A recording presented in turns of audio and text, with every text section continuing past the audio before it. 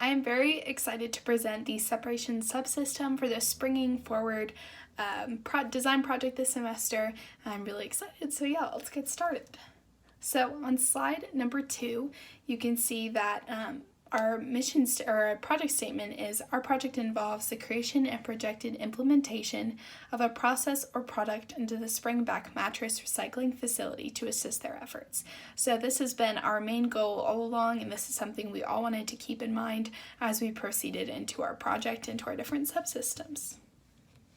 On slide 3, you can see our team. So I've been really lucky to have a team who's worked so well together this semester. We've really strived to meet all our client requirements and really achieve all the goals that we have made for ourselves. So you can see Haley, Ryan, Nick, Brian, and I have all been working together, and it has been a really great journey. On slide number 4 is our client requirements. So the first one is process or product for the recycling of pocketed steel coils, which I will go into in a little bit. The main goal of our entire project is to recycle the main goal of their project is to recycle 100% of any given mattresses or help recycle previously wasted components of mattresses. In addition to this, they want to remain labor operated. Constraints include warehouse space, ease of operation for the user, relatively clean process, and mechanically simple. So mechanically simple and ease for the user both go into the fact that we want our design to remain labor operated. It's slide number 5. This is the issue. So these fabric pocketed coils that I mentioned before are a petroleum-based fabric that surrounds steel coils. So this fabric is not recyclable, but the coils are.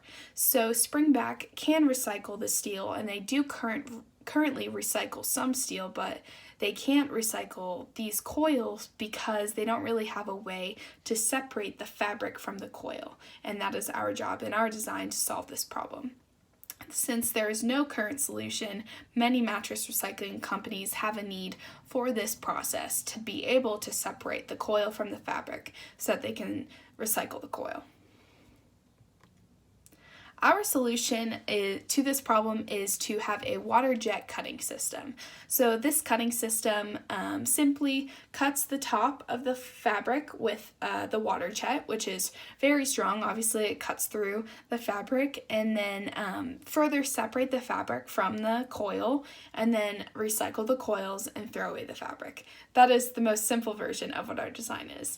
Our design is comprised of 5 different components: the water retention system, command and control, cutting system, water filtration, and coil separation system. So on slide number 7, coil separation system. So this system is at the end of the process after the cutting system where the fabric is cut. It is comprised of 2 different parts: the separation table and the sorting bins. The separation table serves to make it easy for employees to separate the fabric from the coil after it has already been cut. They just rip it open further, and then they're easily able to take the coil out. And once this has happened, the sorting bins then hold the coils once they discard them into the bins. On slide number 8, there is some sketches of the system. The top left sketch is the separation table, and then the bottom right is the coil bins. So the separation table, again, just is an easy, big, flat surface, and then the bins, there's only 4 of them, but there is actually 8 in the real model, but just for the purpose of this sketch, so you can easily see where the bins would go, there's only 4. On slide 9, you can see some employee interaction. So the image of the person is to scale. They are 6 foot in the scale of this image compared to the table, which is 3 feet. That's just an average arbitrary height, so you can see the interaction. The dimensions of the table and the bins are also shown. So the table is 12 feet by 6 feet and 3 feet high. These were chosen so it's a big surface. The coils, the fabric pocketed coils are snake inside the mattress, so they're all connected and it's very long. So that's why a big surface was needed to be able to separate it. And just for, again, another meeting a client requirement is just ease for employees. So that's why it's so big, just to make it very easy. and then 3 feet high for both the table and the wooden frame were chosen because this is a pretty average height for working tables and workbenches. So we, again, wanted to make this easy for employees. For the coil bins, the wooden frame is 8.5 feet by 4 feet wide. This is because the bins are each 2 feet by 2 feet and then 2 feet high. Well, the 2 feet by 2 feet base, we wanted to make sure, since there's 4 of them, there's enough wiggle room between the bins so that they're easily slid out so the employees can empty them. Their small size was also chosen because we don't want the bins to get too heavy when they are full, so they're a size where it is very easy for the employees to empty them out once they are full. And then on slide 10, you can see a sketch of the entire system. So the separation subsystem is highlighted in a thicker black. This is because I just wanted to point this out and how it'll be close to the water retention system, which is the plexiglass, and just easy transfer of the long coils that are after they've been cut from that cutting system to the table. On slide 11, there are some system specifics for the separation subsystem.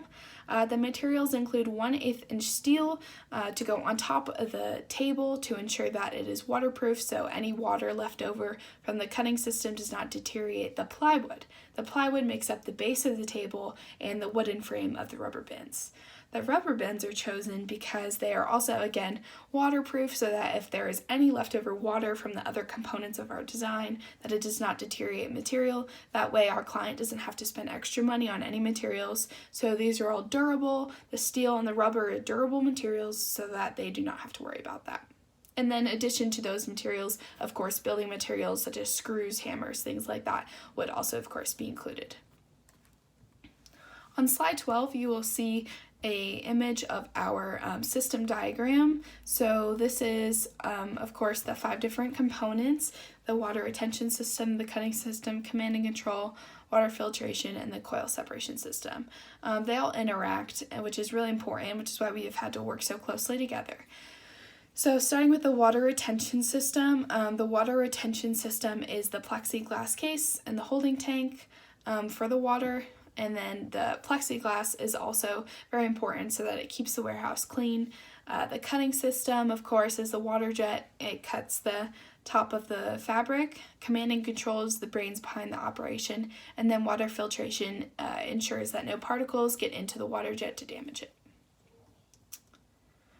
So the transfer function for the separation subsystem would be a time and motion study. So this time and motion study would be building a full-scale model of both the bin frame and the bins, and then the separation system. So during this study, you would gather all the materials and build the full scale.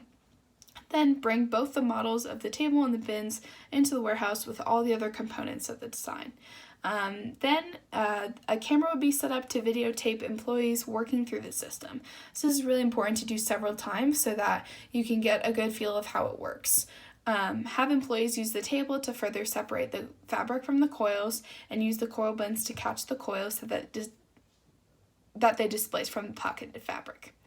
Then after all the footage is taken, the point of it is to watch the video footage to decide how to better the process and what changes need to be made to design and what could be added to create a more efficient system. So when watching this, changes could be size of the table or the bins, different dimension, size, things like that, location, where they are located in terms of the other components of the design, and material. So maybe a better material would be more efficient for the bins or things like that. So that would be the transfer function of the separation subsystem.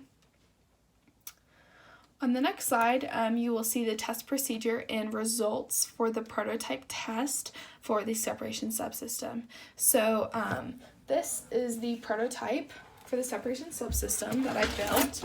Ooh, fell out.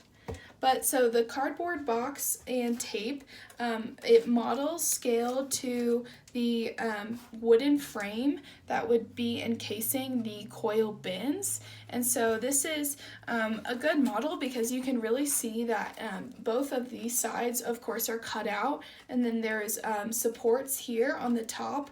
And this is where a wooden support will be to just make sure, obviously, that it doesn't fall apart and onto the bins. And yeah, so this is what it would look like. And then this plastic container just models the rubber bins, and so easily slide in and out so that you can empty coils into it from the top and then pull it out and empty them. So the test procedure and results is exactly what I just did. So you would insert the box into the frame, empty the coils into the top, or I used pens in my testing, pull out the bin, and then empty them. So for each test, obviously, it's a very simple design. So every test did work and it was successful. I was very happy with the design of the prototype. So some alternatives for design that could be considered, but I listed some advantages and disadvantages, so I'm just going to walk through those. This is on slide 15. So alternatives, separated bins. So instead of doing them in a wooden frame, they would just be by themselves. So advantages is simpler because there's no frame, and less expensive because you would not have to build it. Disadvantages is that I think it would become less organized, and there's more possibility for a mess because if they become farther apart, then you can't easily dump them from the fabric into the bins, and then they would spill everywhere. Table and bins in one unit. So one thought is to build them connected to each other. One advantage is, one design instead of two. Disadvantages, complexity in building, harder to empty the bins, and also difficult to move around the warehouse. There is not a lot of room for ease in that sense. No table, just coil bins, so just the bin frame and the bins. Advantages would be more room in the warehouse. Disadvantages, there's no room for employees to further separate the fabric. Employees would have to separate the fabric and release the coils over the bins, which kind of make it difficult to do it all in one step. So that's why there's two different designs so that it's easy for employees. On the next slide, on slide 16, you can see budget for a prototype. So as I said before, it's a very simple design. The total amount of money that was spent was $22.30. The bin was $8, the box was $7.31, and then the tape was $6.99. So those are the three materials that I used to test. I just used pens to empty it into the bin and then pull them out, and it went well. So that was all that was used there. And then on slide 17, the budget of the actual product. So I went through and calculated what it would cost to build both the table and also the bin frame and bins.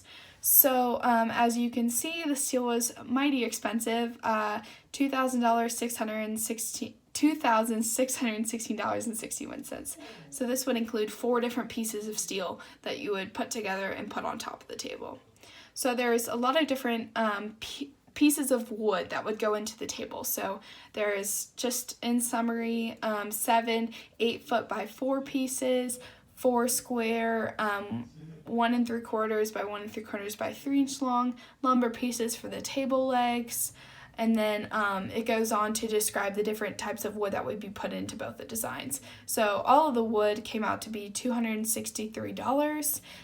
The rubber bins would be 8 rubber bins, 2 feet by 2 feet by 2.5 feet, and then the estimated cost for that was $240. And the material for the steel and for the wood, the steel was from cuttosizemetals.com, and then the wood was from Home Depot. So those are the 2 sites that I use to figure out the cost for that. So the total estimated development cost, including labor and materials, would be $3,359.61, which in the grand scheme of our design is a pretty good price. Because of its simple design, it's cheaper and it's really effective. And so overall, that is the separation subsystem. So yeah, thank you so much for listening. I appreciate it.